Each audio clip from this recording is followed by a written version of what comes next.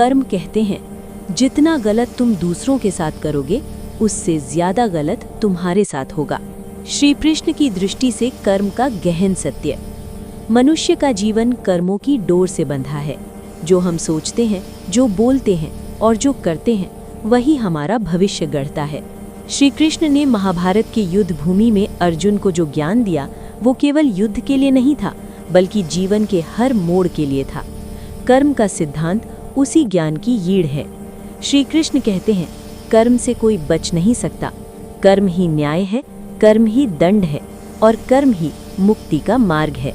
अक्सर लोग ये सोचकर गलत काम कर बैठते हैं कि किसे पता चलेगा, मैं तो बच जाऊंगा या इससे मुझे फायदा होगा। पर श्री कृष्ण का संदेश बहुत स्पष्ट है। कर्म कभी माफ नहीं करता, वो केवल लौटाता है।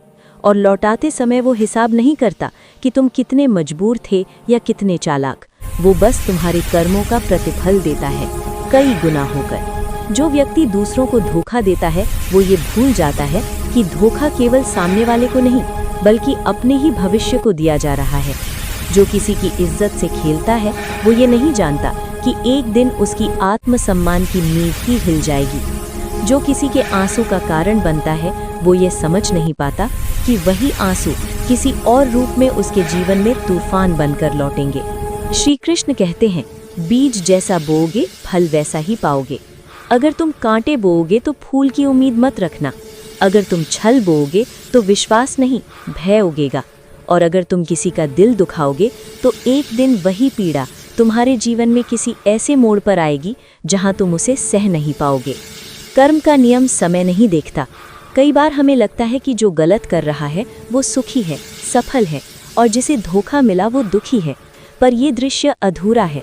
कर्म का फल तुरंत नहीं मिलता पर निश्चित मिलता है। जैसे जहर तुरंत नहीं मारता वैसे ही कर्म भी तुरंत असर नहीं दिखाता, पर जब असर दिखाता है तो बचने का कोई रास्ता नहीं होता। श्री कृष्ण ये भी कहते हैं कि कर्म केवल कर्म नहीं, भाव भी होता है। अगर तुम दिखावे के लिए अच्छा कर रहे हो लेकिन मन में अहंकार, लालच या स्वार्थ है तो वो भी कर्म के खाते में दर्ज होता है। और अगर तुम मजबूरी में कठोर निर्णय लेते हो पर भाव शुद्ध है तो कर्म तुम्हें उतना नहीं तोड़ेगा।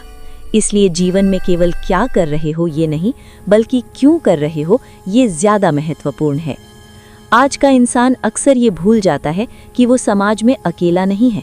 वो अपने स्वार्थ के लिए रिश्ते तोड़ देता है, भरोसे को बेच देता है और दूसरों की कमजोरी का फायदा उठा लेता है। लेकिन श्री कृष्ण चेतावनी देते हैं जो दूसरों की कमजोरी पर हंसता है एक दिन वही कमजोरी उसके जीवन की सबसे बड़ी परीक्षा बन जाती है। जो किसी को गिराकर आगे बढ़ता है वो बहुत देर तक खड़ा नहीं रह पाता क्योंकि उसकी नींव दूसरों के दुख पर रखी होती है और दुख पर खड़ी इमारतें देर सवेर ढह ही जाती हैं।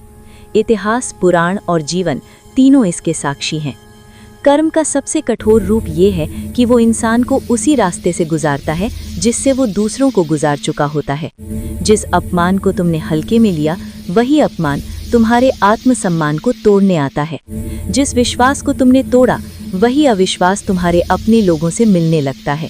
और जिस दर्द को तुमने ज़रूरी समझा वही दर्द तुम्हें ये सिखाने आता है कि वो कभी ज़रूरी नहीं था। श्री कृष्ण कहते हैं कर्म से डरने की ज़रूरत नहीं, कर्म को समझने की ज़रूरत है। अगर तुम सही कर्म करोगे भले ही दुनिया तुम्हें मूर्ख समझे, कर्म तुम्हें अंततः सम्मान देगा। अगर तुम सच्चे रहोगे भले ही तुम्हें नुकसान हो, कर्म तुम्हें वो शक्ति देगा जो किसी छल से नहीं मिलती। इसलिए जीवन में जब भी अवसर मिले गलत करने का तो श्री कृष्ण को याद करना कि जो आज तुम कर रहे हो वही कल तुम्हारे जीवन की कहानी बनेगा। याद रखना कि कर्म की अदालत में न वकील काम आते हैं न सफाई, वहाँ केवल तुम्हारे कर्म बोलते हैं। अंत में श्री कृष्ण का यही संदेश है, दूसरों के साथ वैसा ही करो जैसा तुम अपने लिए चाहते हो, क्योंकि कर्म केवल लौटता नहीं, वो सिखाता भी है।